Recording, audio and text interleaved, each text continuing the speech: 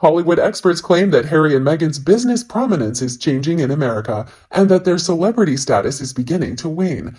In Los Angeles, Prince Harry's tardy declaration that he would attend his father's coronation the following month was enthusiastically received, not least because the Sussexes' reputation relied on him continuing to be viewed as a prominent member of the royal family. According to a Netflix source, Harry is returning for all the right reasons, but there was a discernible sigh of relief among those of us working with the industry, since brand Sussex depends on Harry being seen with his family. At the end of the day, closeness to the king is everything. Harry, who is fifth in line for the throne, is only anticipated to be present for the coronation ceremony at Westminster Abbey on May 6th, before departing for California. The Mail on Sunday has been informed that should he want to attend both events, a spot would be reserved for him at a post-coronation lunch. Only the coronation ceremony at Westminster Abbey on May 6th is anticipated to be Harry's only engagement.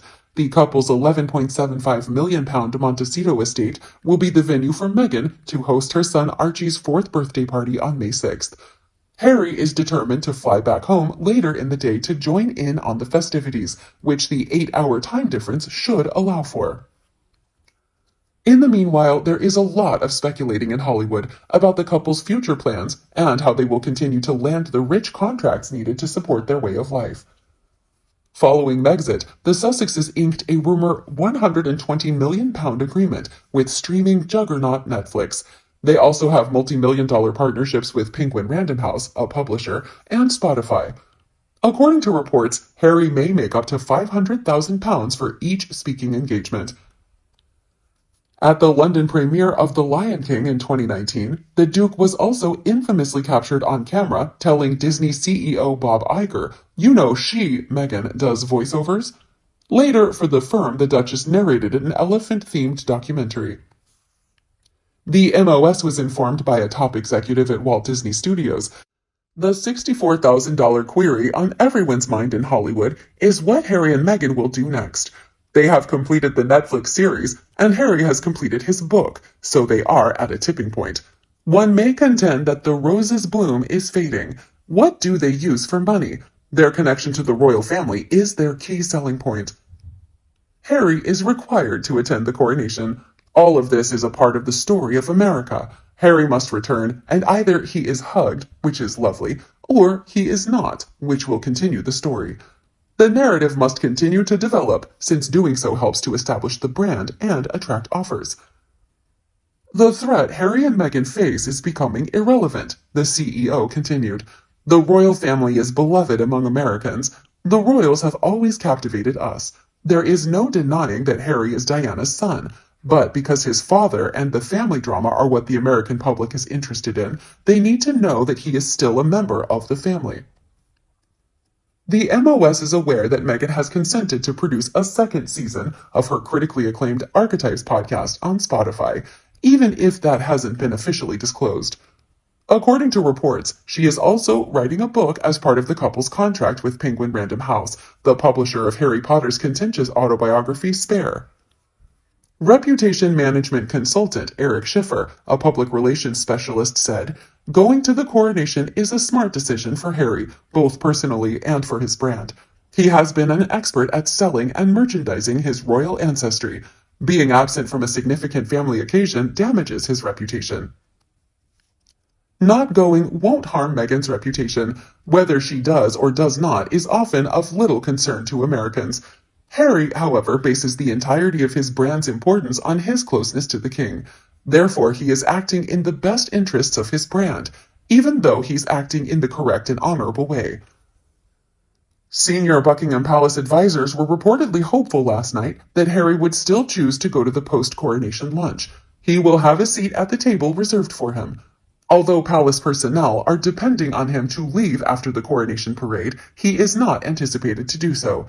The Netflix insider stated that the coronation's pictures will become instantly recognizable. Harry will appear in those photos, and from a commercial standpoint, you just cannot place a value on it. Oh, let's see what Netflix could get if Harry was snubbed by the British royal family following his brainless claims about the family. One expert boldly predicted, "What pictures does Netflix think they're going to get? King Charles III needs to have Harry swept for electronics. The only photos Netflix is going to see are the same ones we all see. If you remember Queen Elizabeth II's funeral, when they were waiting for transport after the march behind the coffin, it was the royals bunched together with their backs turned to Harry and the Todger being roundly ignored. Yes, Netflix, those are the kinds of photos you'll get of Harry at the coronation too. But when it comes to marketing Archwell Productions, they're going to be marketing something made by the royal prince everyone saw photos of at the coronation. You can't put a price on name recognition when it comes to getting people to watch your content or subscribe over all other content out there. Harry and Meghan only got all those deals because of his name and the assumption that translated into ready-made viewers, of course. Netflix would want the Royal Association maintained for the same reason. Harry doesn't have to do anything but be royal and be there and be known to be royal and there. In short, there is nothing left to exploit after this. Netflix is not profiting. We have not heard anything from Netflix in a long time. No word on the romantic comedies in production, and I think Invictus was a flop. Did it even drop? The documentary got more negative than it was positive, and Spare pretty much polarized the public and made the butts of jokes all around the world. You secondhand Coke said the podcast was not the blockbuster it pretended to be. She said the total listenership was like 1.5 million. That is not a lot. If it was really successful, it would be findable on the charts. I just scrolled through the top 200 podcasts, and I saw one I listened to before the pandemic that was a New Hampshire NPR investigation, but has not released new episodes in years, but no archetypes. Harry's 5 minutes at the coronation is not going to help. Basically, these two have nothing without proximity to Charles, and after the coronation there are going to be fewer and fewer of them in the press. A few hours at the main event is not the right strategy. The whole family should have gone. What do you think about the bad future of Harry and Meghan? Let us know your thoughts below in the comment section. We hope you found this video helpful. Don't forget to leave a like, share, and subscribe to the channel if you like it. Thank you for watching this newsletter. See you in the next videos. Goodbye.